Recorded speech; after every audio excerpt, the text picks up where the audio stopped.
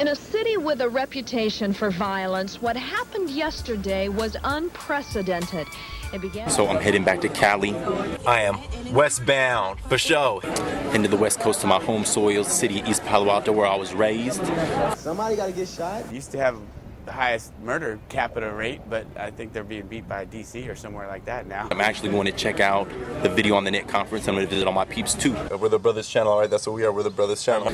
The ride here, it's always a trial in Atlanta. It's traffic. That's what the situation is. It's freaking traffic. A couple of accidents, situations on the freeway. That car was toast. Some tense moments, but we kept it moving, kept the music going.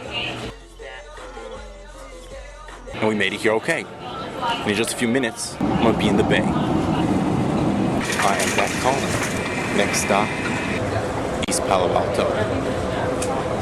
We're coming to you now from the living room of the home soils. This is the home base in East Palo Alto. I came home to attend a conference in San Jose, the Vaughn Conference, video on the net. Give you a little bit of background about myself. I was basically born in San Jose. Parents moved to Stanford Student Housing, Escondido Village, when I was probably 2 or 3. And then Pops bought this first house for a small family back in like the late 70s. So I was like 4 or 5 when we moved to East Palo Alto. Thinking about some of my early memories here, just, you know, a new place. It was a new place. It was a new time. I come from a close-knit family where we always had dinner together. You know, moms always took us to summer camps, and we were always doing things as a family, going camping and stuff like that. So inside, you know, the house and that sort of thing, it was this very, you know, peaceful environment. You know, our mom was very much into the country, and we actually had chickens right here in the hood. But then, of course, you know, as we hit the teenage years, you know, it's like the 80s, the late 80s, when, you know, crack was hitting the streets. And so, you know, my brother and I managed to use music and the arts and that sort of thing, or my parents provided us like music equipment, so we started, you know, making music and stuff like that. So we weren't really into the street life, though it was all around us. At the same time, you know, we've always been like a media arts family as well. I mean, my earliest memories are of my mom interviewing my brother and I. When my sister came along years later, I ended up duplicating those interviews and interviewing her. So I was pretty much raised with a mic in my hand. And then when my brother and I started rapping, once again, you know, back to that.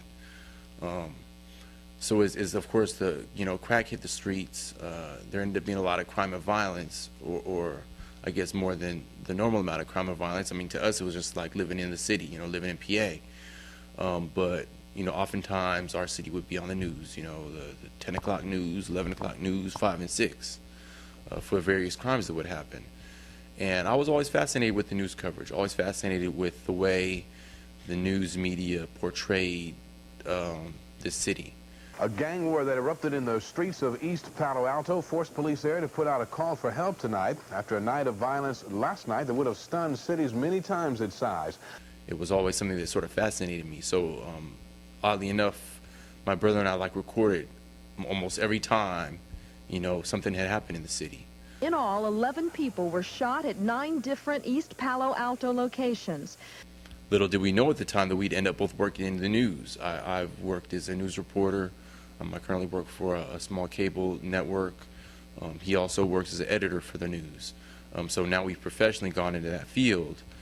So we have a thorough understanding of the media, the power of the media, how images and information is made and distributed and disseminated. Commentary on the news, police have no suspects. This is the raw definition of rogue. During the stop, police found a crack pipe, but no drugs, and they made no arrest.